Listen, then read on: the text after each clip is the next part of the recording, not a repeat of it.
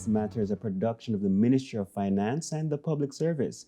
I'm your host, Daniel Pasley, and today on the program, we discuss illegal gambling with Director of Licensing and Registration at the Betting, Gaming and Lotteries Commission, Mr. Maurice Thompson. Thank you so much, Mr. Thompson, for coming on the program. Thank you for having me. Now, when we speak about illegal gambling, what are we talking about?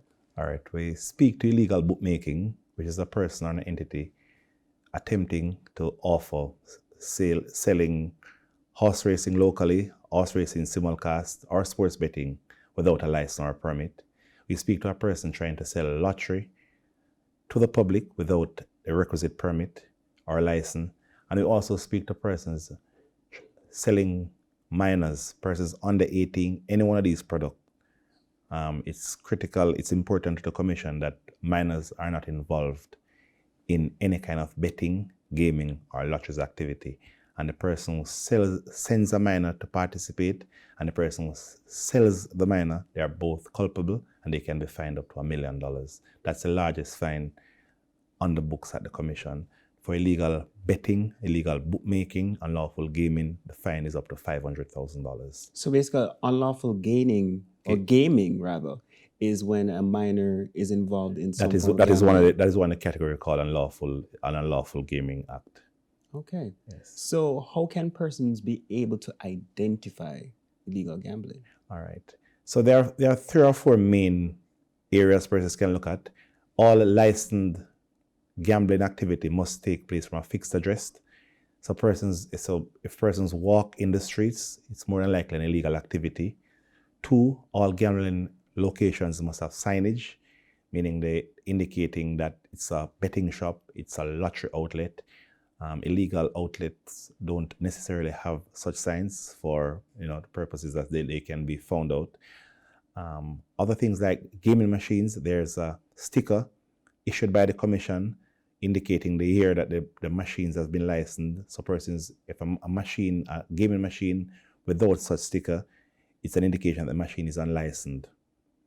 Okay, so how prevalent is this issue or this crime? During last year, the Commission did what we call a blitz exercise to unearth unlicensed gaming machine.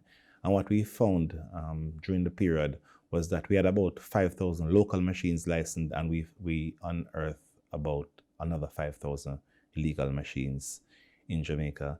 Our enforcement division continues to ferret out illegal gambling, usually by illegal cash pot, over the years. And this is a serious crime in Jamaica. The selling of illegal cash pot perpetrates all across our network, primarily because the cash pot is a derivative of what the Jamaicans call a Japan. Mm-hmm. So it was here before an official license was granted to our current licensee to offer the game. So what we have now is persons piggybacking on the cash pot and offer their own game using the same numbers that SVL uses, and giving a little higher odds to persons. And when we speak about SVL, we are talking about Supreme Ventures Limited, who is the only current licensed lottery operator who is operating.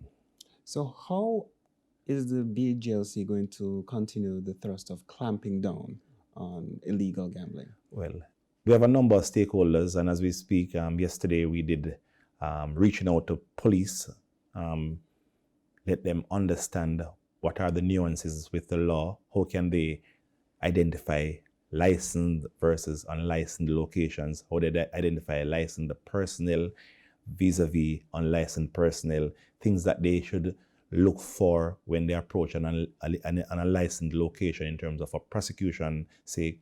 We're hoping that programs like these will also help us to persons, the general public, mm-hmm. to let them reach out to them, let them understand what legal gambling is versus illegal gambling. Thank you so much, Mr. Maurice Thompson.